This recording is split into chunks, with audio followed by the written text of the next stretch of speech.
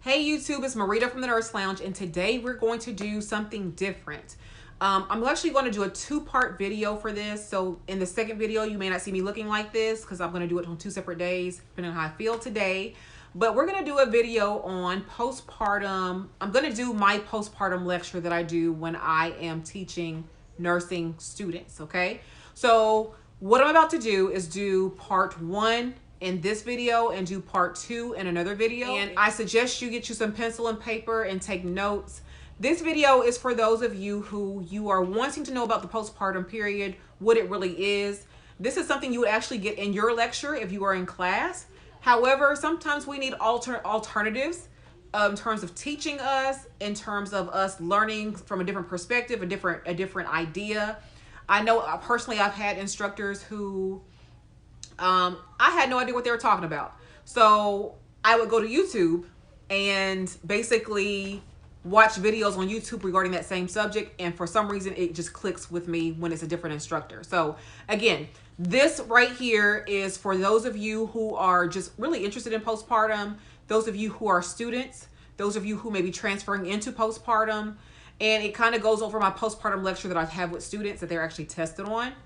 I will say this is a disclaimer. You will see textbook pages and chapters in this lecture. You don't have the textbook, so don't worry about that part. I will definitely go in and tell you what you need to know about it, or tell you to look those things up maybe in your textbook. Maybe just write down that topic and go find it in your textbook and read more about it. So the page numbers and the chapters will not correlate, but I will say find your chapter in urinary or find your chapter in whatever and read up on that section to help you out. So ignore the pages, ignore the chapters to read because it doesn't apply to you. Plus, this textbook is an older textbook that you all may not be using anyway. But I still feel that the content, no matter what the book was, the content of the material is still relevant today. So this is what I teach my students. This is what I use. This is what I govern myself by as a registered nurse when I work OB. I'm about to go ahead and go to my computer. The next time you see, that's what we will be doing, and you'll see that after the intro.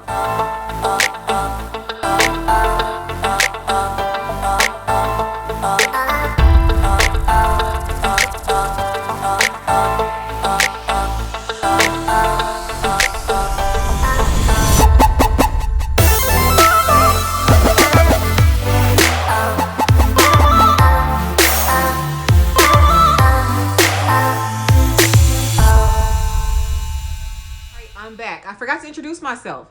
I keep forgetting that this channel may be new to the person who watches this as a first video. So for you all who this is your first time seeing me, my name is Dr. Marida P. I am a registered nurse. I've been a registered nurse for almost 16 years. OB/GYN is my specialty. I do well baby nursery and nurse education, nurse educator. I do work still on the OB unit. And that's what I do. I work PRN still as an OB nurse. Postpartum is where I work at. I just worked literally last week from this video. And so I am someone who still practices OB, someone who still works in OB, someone who knows the current practices in OB. And I'm here to teach you what I teach my students and what I know. All right, now we're going to go to the actual lecture. I will be turning the camera to the computer screen so you'll see it. And then you will hear me you'll hear my voice in the background, basically narrating it or teaching it from that perspective. Enjoy. Take notes. Okay, we're going to go ahead and begin a part 1 of our postpartum nursing lecture, shall I say. My name is Dr. Marida P. Again, I'm an OB/GYN, well baby nursery nurse, nurse educator, and we are going to do part 1 today of postpartum nursing lecture. Postpartum is also known as puerperium. It is considered to be the 4th stage of labor, and it begins immediately after childbirth, which is after the placenta is delivered, and lasts for approximately 6 weeks.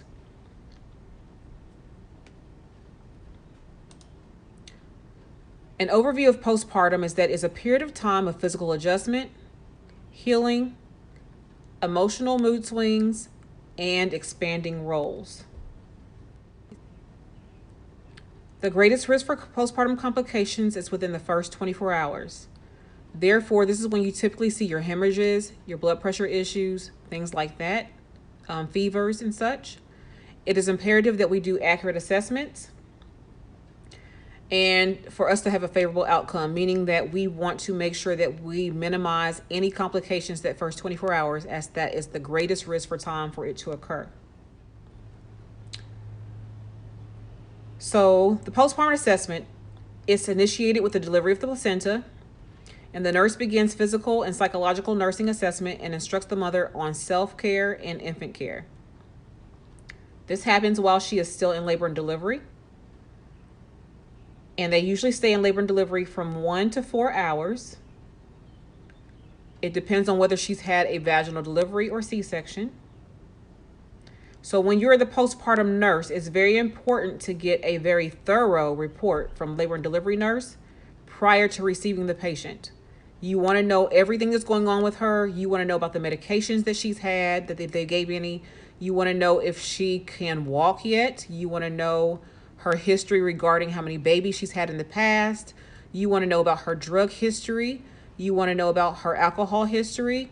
You want to even know about her psychosocial history, meaning mentally, does she have any mental disorders? Does she have, I've had a schizophrenic patient before. Does she have any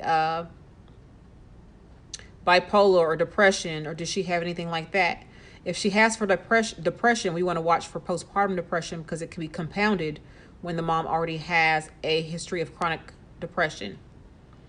Also, be mindful that we want to know, has she voided yet? Did she pee while she was in labor and delivery? So we want to make sure that we get a very accurate assessment or report, shall I say, SBAR, from the labor and delivery nurse before you receive this patient. So when it comes to postpartum psychologic considerations, we want to be mindful that involution of the uterus means that it returns to its similar pre-pregnant state. Deviation indicates a potential threat to mother's well-being and begins immediately after the expulsion of the placenta. So again, when we go to feel her fundus, push on her belly as we call it, massage her uterus, we are wanting to help the uterus return to its pre-pregnant state. Deviation, again, indicates a potential threat to mother's well-being, which means if her uterus is not trying to return to its normal state, we probably have problems. We have increased bleeding. We may have placental fragments left in her uterus. We need to be mindful and monitor for those types of situations. And again, involution begins immediately after the expulsion of the placenta. This happens when you have the contraction of smooth muscle of the uterus. So involution is a result of the contraction of smooth muscle of the uterus. Let's talk a little bit more about involution. So when we're looking at involution of the uterus, we're thinking about the height and consistency of the fundus and amount and character of the lochia. At the end of the third stage of labor, the uterus is approximately midline and 2 centimeters below the umbilicus. Within 12 hours, the fundus is approximately 1 centimeter above. And by day 14, the fundus is no longer palpable on that 14th postpartum day. Let me say that again. By day 14, the fundus is no longer palpable. When you are assessing involution, you're looking at the height and consistency, and you're looking at the amount and character of the lochia. That's very important to know. And then one other thing I want to point out that I tell all my students, do not get caught up on the 2 centimeters below and the 1 above within 12 hours and so forth. And I say that because your textbooks are not factoring in, at least most of them do not factor in how many babies she's had. It does not factor in how many in terms of previously. It does not factor in her gestational period in terms of how far she has gone in this pregnancy. It does not factor in whether the baby was a 10-pound baby or a 5-pound baby. So I'm going to give you a few examples as to what I mean by this. If she had a baby at 40 weeks, but the baby only weighed 5 pounds, which means it was small for gestational age, she may be 3 below. the umbilicus. Let's say she was 40 weeks gestation. She delivered and the baby was 10 pounds. Well, keep in mind the uterus has to grow to accommodate a 10-pound baby. As a reference, a 10-pound baby is about the size of a 2-month-old.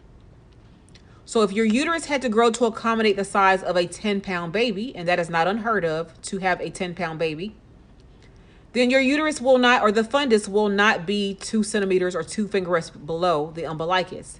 It's more likely to be maybe 1 above or 2 above the umbilicus. Because remember, the uterus had to grow to accommodate that 10-pound baby.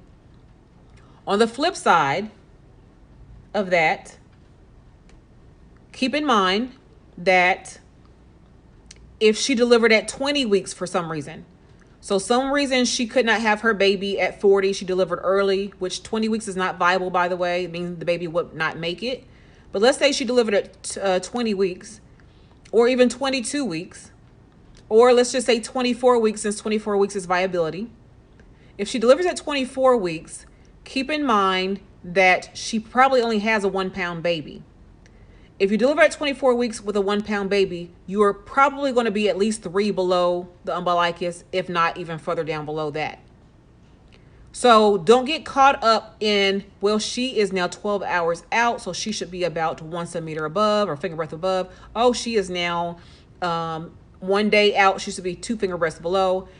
Use that as a gauge, but everybody does not do that. It's based on their body and what's going on with their body, how big their baby was, and how their body or uterus responds to childbirth. So with that being said, I can have a patient that when she comes over from labor and delivery, she is 2 below. And when she goes home 2 to 3 days later, she's still 2 below, 2 finger breadths below the umbilicus.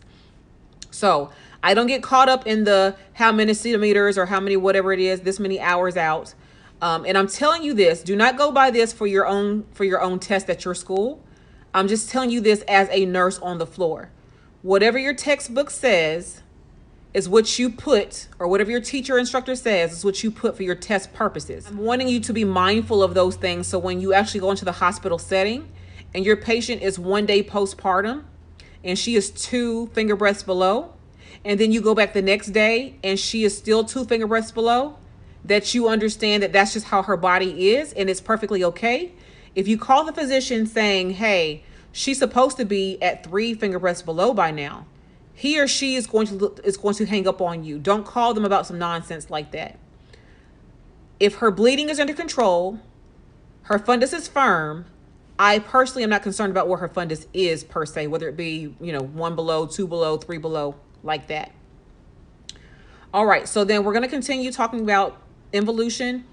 It tends to descend. I'm sorry about that picture. Let's see if it's gonna, I can't get it lower. But basically what that says is that it descends 1 to 2 centimeters every 24 hours. So it says after the first 24 hours, or after the first 12 hours, the uterus may rise, and then it starts to descend at the rate of 1 to 2 centimeters or finger breadths per 24 hours. Again, that's just what the textbook says. Be mindful that for your patient, it may not be that way. It may be that they are 1 finger breadth the entire time that they are with you. It may mean that they are 3 below every time they are with you. But as long as their fundus is firm and under control, that is all I'm concerned about. All right, so the opposite of involution is subinvolution. And this is failure of the uterus to return to a non-pregnant state. So this is most common. The reasons are retained placental fragments and infection. So typically when we see subinvolution, we happen to see that her bleeding is out of control. She may not be hemorrhaging per se yet, but her bleeding is not controlled. And again, because of that, her uterus will not clamp down. It will not be firm. And you will see issues with her bleeding typically. And this is the most common reason why. It's because of retained placental fragments and or because of infection. All right, let's move on. We're going to talk about uterine contractions. So this is also better known as afterbirth pains. And oxytocin strengthens uterine contractions. So typically when she is still either getting Pitocin, which is oxytocin. Pitocin is your synthetic oxytocin. When she is getting this, sometimes after delivery to help her uterus contract, she's going to cramp. Also, oxytocin is released from the pituitary gland, which strengthens uterine contractions. When they do get Pitocin, they usually get it via IV for the first 1 to 2 hours postpartum. And of course, when mom breastfeeds, it stimulates uterine contractions. She is then releasing oxytocin, and that is why she is cramping after she has her baby. Or after she breastfeeds, shall I say, or while she's breastfeeding. So that continues. Every time she breastfeeds, she'll cramp because, again, that is that mind-body connection saying that, okay, because of this, we are actually going to release this oxytocin. And as a result of that, your uterus contracts to help strengthen that uterus, that muscle.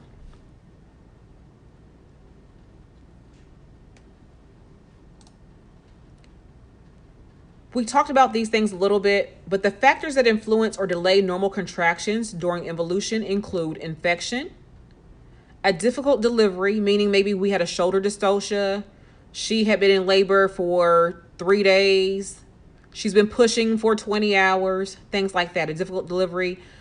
She had to have a forceps delivery, a vacuum assist delivery. Those types of things will definitely influence or delay normal contractions. She has a full bladder. I tell moms that the bladder gets full. It pushes her uterus up and usually over. And as a result of that, her uterus cannot contract down. So when it can't contract down, that's when we have issues with subinvolution. Anesthesia could be an issue. And as I've already said, prolonged labor. When it comes to lochia, we want to talk about the post-delivery uterine discharge. That is called lochia. There's normal discharge and then there's abnormal discharge. And again, disregard the table because we don't have that, but it basically starts out, I'm talking about lochia specifically, it starts out to be a bright red and then it changes throughout the postpartum period.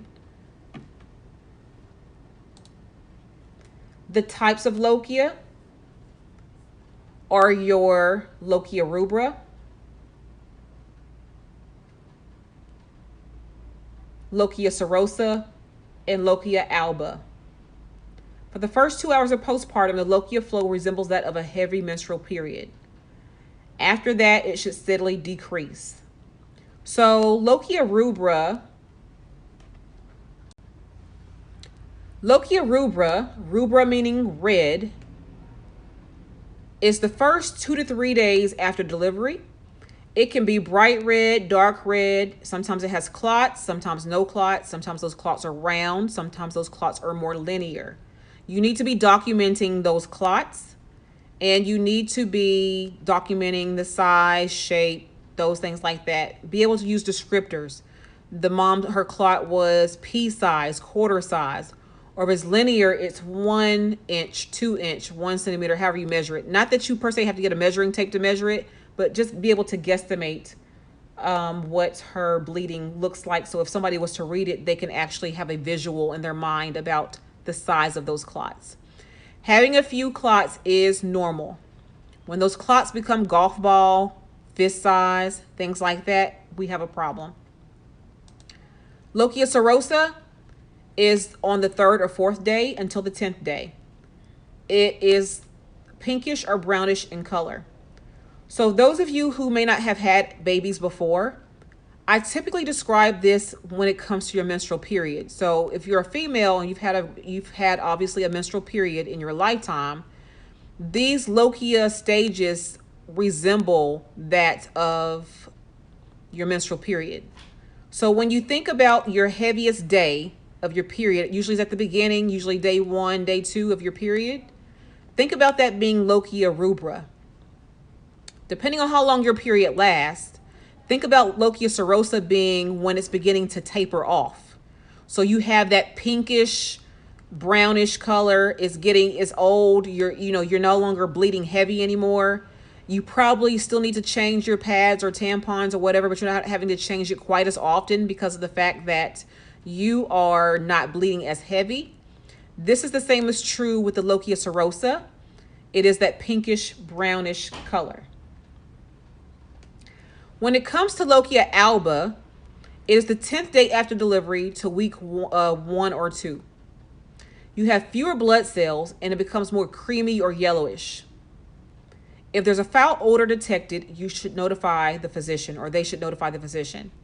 Lochia Alba, for those of you who never had a baby, it's more like that whitish discharge that you have when you are finishing your cycle, or you're in the middle of your cycle, about to start the next time of period of when you actually start to bleed again. If you recall, you will have that period will be over, and then in a few days you will have, or maybe a week, you will have that whitish discharge. That is analogous to the Lochia Alba. Now, keep in mind the reasons as to why we bleed after having a baby and the reasons why we bleed after having, or monthly for a menstrual cycle, are two different reasons. However, I'm giving you this as an analogy for those of you who've never had a baby before, or maybe it's been a while since you've had a baby, so that you can know kind of what I'm talking about in terms of what it looks like and the stages that the Lochia stages go through. And again, like I said, that the foul odor in any situation should be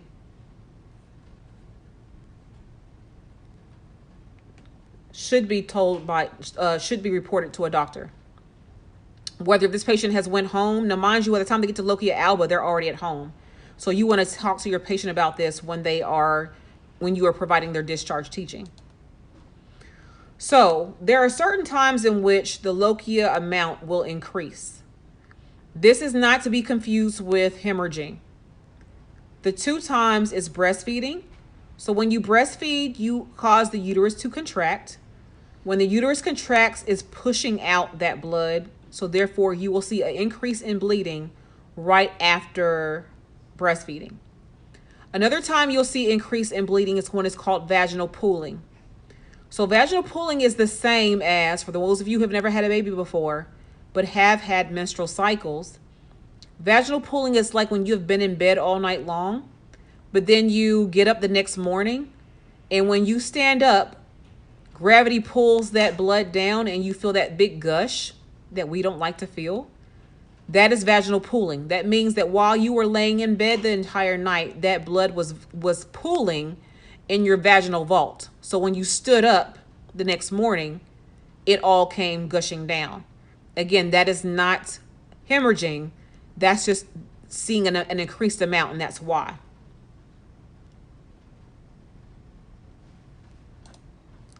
So when it comes to assessing the amount of Lochia, I'm going to show you some pictures on the next slide here soon that actually will show you what a scant amount of Lochia, a small, a moderate, and an excessive amount of Lochia is. And keep in mind, an excessive amount of Lochia is when you saturate a pad within 15 minutes of putting it on. This is the diagram as we speak right here. You see what scant at the very top looks like compared to light, compared to moderate, compared to heavy or excessive. I told you 15 minutes in the previous slide is actually less than an hour. So if you saturate a pad in an hour, that is not good.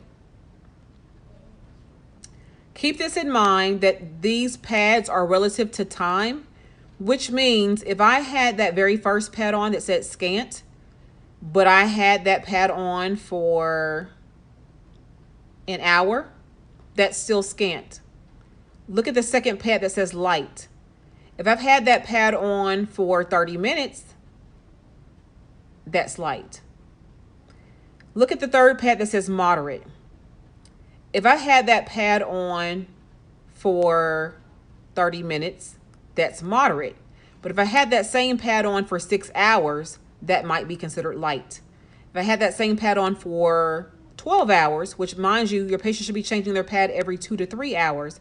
But if I had that same pad on for 12 hours, that would be considered light. And then mind you, the heavy one, let's say I had that pad on for a whole 12 hours the first day of having a baby. It's heavy based on time. So it's heavy based on I saturated it within an hour. If I had that pad on for 12 hours, yes, it's full, but it's because of the fact that I had that pad on for 12 hours. What you need to instruct your patient to do if you're concerned about her bleeding is to get up, change her pad, and you come back within 30 minutes to an hour to reassess how much bleeding is on that pad. Or you can go to the bathroom, put on gloves, and go through her trash can and kind of look through her pads to see how her bleeding has been.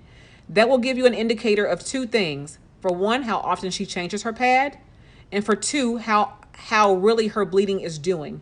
How is her bleeding doing? Is she bleeding heavy? Is she moderate, light, or scant? So it's relative to time. So like for instance, go back to the one that says light. If she had that pad on for 6 to 8 hours, that might actually be considered scant because she's had it on for so long. It's relative to time. So you want to ask the question, how long have you had this pad on? I always ask my patient, how long have you had this pad on? Once she is able to tell me how long she's had that pad on, then I usually can then better assess whether we need to do frequent pad counts or not. So just kind of govern yourselves accordingly to that. This is a general guide for you, but at the same time, be mindful that it's contingent upon when she changed that pad, with the exception of heavy. If it's been changed less than an hour and it looks like that, that is a problem. All right, now we're going to go to vital signs. Do not disregard these pages because you have no idea what book it came from. But if you want to know specifically about vital signs for your textbook, look up vital signs in the index and read about them in your textbook. But basically, your blood pressure should remain unchanged from those recorded during labor. This could vary some. Be mindful that if she lost a lot of blood, her blood pressure may drop. We would expect her heart rate to do what? Increase. But for the most part, I look at the trend in labor and delivery to decide whether we are on trend or are we not on trend. Sometimes with labor and delivery, or while they're in labor, they will have increased blood pressures, especially while they are pushing. But then it will reside back to their baseline, their normal trend, after they're in that recovery period. So be mindful of that and watch what their blood pressure does. Look at trends and don't get caught up in one number and one number alone. So if her blood pressure is 140/90 as an example, no, that's not good, but also make sure see if she's in pain, and also go see if that's been a trend of hers in labor and delivery. Look at your vital sign record. When it comes to the pulse, it decreases in the immediate postpartum period, again, unless we're compensating, okay? So if we're compensating, then mind you, that's a problem. Bradycardia resolves in 24 to 48 hours after delivery. Keep in mind, tachycardia is really over 100. This textbook happened to say that it's 90 to 100, but tachycardia is truly over 100 beats per minute.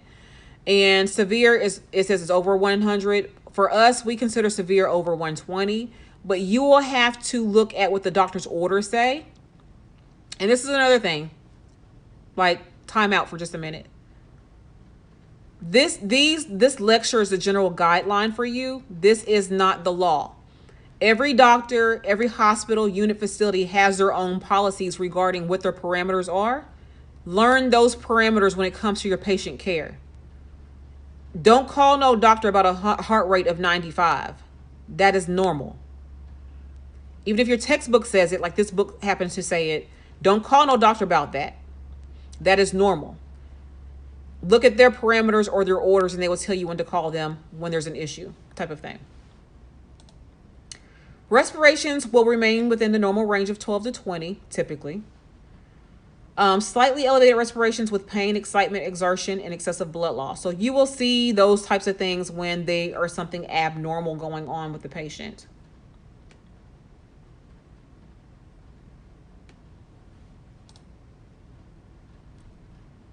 Vital signs. You want to keep your, again, this is based off of your doctor's orders, but typically 100.4 up to 100.4 is considered normal. At our facility, 100.4 for some physicians, and we have other physicians that say 101 is their cutoff. So it depends on the physician and what they want. But a slight temperature elevation is pretty typical. You will have 99, you have 100.1, things like that. If you do hit 99 and 100.1, you need to be pushing fluids for your patients. So you need to make sure that you're filling up that water pitcher. Make sure that you are, if they still have IV fluids going, that you may make sure that they're getting it. Make sure that they're getting do they need a bolus or something like that? You have to have an order for that. But make sure they're getting what they need. So it says elevation related to dehydration, exertion, hormonal changes, blood loss, or fatigue. Mom should always be afebrile. And afebrile is defined based off of your facility.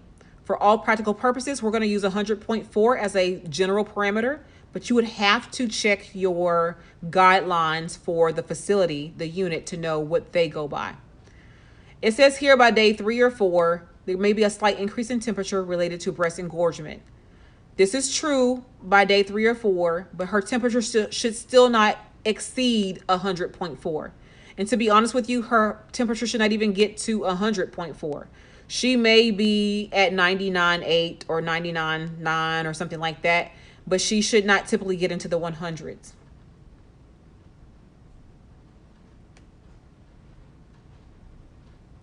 For today, we are going to stop right here. This is the end of the first part of this lecture. The next video you see, or if you choose to watch that video, will have part 2 of this lecture, and we will start that in the next video. All right, so we've just now finished part 1 of a two-day lecture or 2-series lecture on postpartum nursing. And so hopefully you enjoyed that first part of the video. I wanted to break it up so that it's not as long for you, so that you could just kind of take a break and then you can go on to part 2 if you choose to. More than likely, I'm going to look like this, so be ready for that. And I will definitely see you in the next video. Remember to like, subscribe, comment. You will see my IG at the top here or there, and in the description box and in the banner at the top. Follow me over there, subscribe, like, comment. I'll see you in the next video.